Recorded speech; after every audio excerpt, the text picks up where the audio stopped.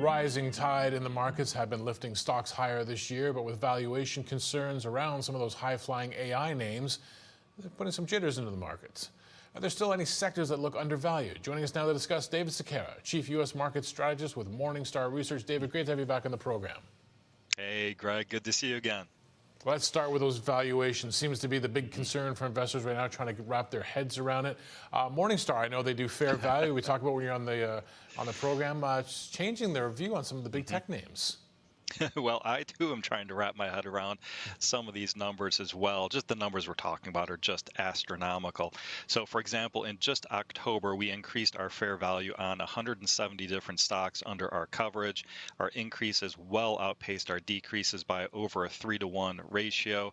And in fact, those valuation increases on the 6 largest stocks that we increased our fair values was $3.1 trillion worth of market cap. Just to put that in perspective, think about it. That's equal to adding 31 $100 billion companies, to the total market valuation. And in the U.S., there's only 140 companies in the U.S. market index with a market cap of over $100 billion. So our biggest increase was on Alphabet. In fact, we increased our fair value twice on Google, over the course of the month. First was after they announced their partnership with Anthropic, and then second after earnings came in better than what we expected. The total increase in market cap on Alphabet was 1.2 trillion. Now, to put that in perspective, that's larger than the entire market cap of Warren Buffett's Berkshire Hathaway, which in and of itself is the 10th largest in the index. We also increased our fair value on Nvidia by $800 billion. That was after the CEO, disclosed that they had over $500 billion worth of cumulative sales here in the end of calendar year 2025 and into 2026. That increase there, that's like adding the entire market capitalization of Walmart to the market index. So over the course of October, we had a total market increase of our valuations by $4.2 trillion. And to some degree, it doesn't even look like it's over yet. We actually just increased our fair value on AMD yesterday following their investor meeting as we incorporated much higher revenue guidance into our financial model. When you start to recalculate these valuations, what you consider to be fair value, is this catching up to the reality of the stock's moves already, or do we still think there could be some more room to run in the space? Well, there's a couple of different things going on. So as far as whether or not there's still more room to run, that's going to be very idiosyncratic on each of the individual stocks. Now, the market perspective overall, I don't know, it still feels like momentum wants to keep us moving higher. The market, according to a composite of our fair values, is still a couple percent undervalued. And I think Wall Street just wants to close out a very strong year with some very strong gains. Longer term, I think investors really need to prepare themselves that from here, I think returns will be much closer to historically normalized types of returns, essentially a blended cost of equity over time. I think in 2026, be ready for bouts of volatility similar to what we saw at the beginning of 2025. Just considering how much of a growth story all of these stocks are, considering that we are, at pretty high valuations based on our growth expectations. Any type of negative headlines that could cause any doubt in the AI growth story, could certainly, put a lot of pressure on stocks, in the short term. But like I said, from an individual stock perspective, when we're looking at these big and mega caps, those that we think are most closely tied to not only the AI build-out boom, but also have very strong underlying fundamental businesses still look attractive, such as Microsoft and Alphabet.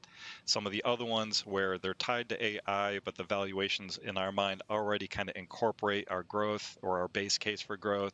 Nvidia, Amazon, Broadcom are all still pretty fairly valued, whereas a stock like Apple, we still think it's overvalued. When we look at the growth trajectory, the company not necessarily really having a significant AI product out there yet, that's one that we think is probably shot too much to the upside. When you talk about potential for volatility, I've been having conversations saying that the market concentration, which we've been concerned about for a while, which obviously this is an issue that's not going away, it's probably only even getting more concentrated, could mean even more volatile times ahead. What is happening out there with market concentration? Exactly. I mean, just with all of these fair value increases and the market, rallying on these stocks, the big just keep getting bigger, and the concentration just continues to keep getting more and more concentrated. So with those mega cap stocks, moving higher, larger percentage of the market. If you look at the top 10 stocks in the Morningstar U.S. Market Index, they're almost 40% of the total market capitalization.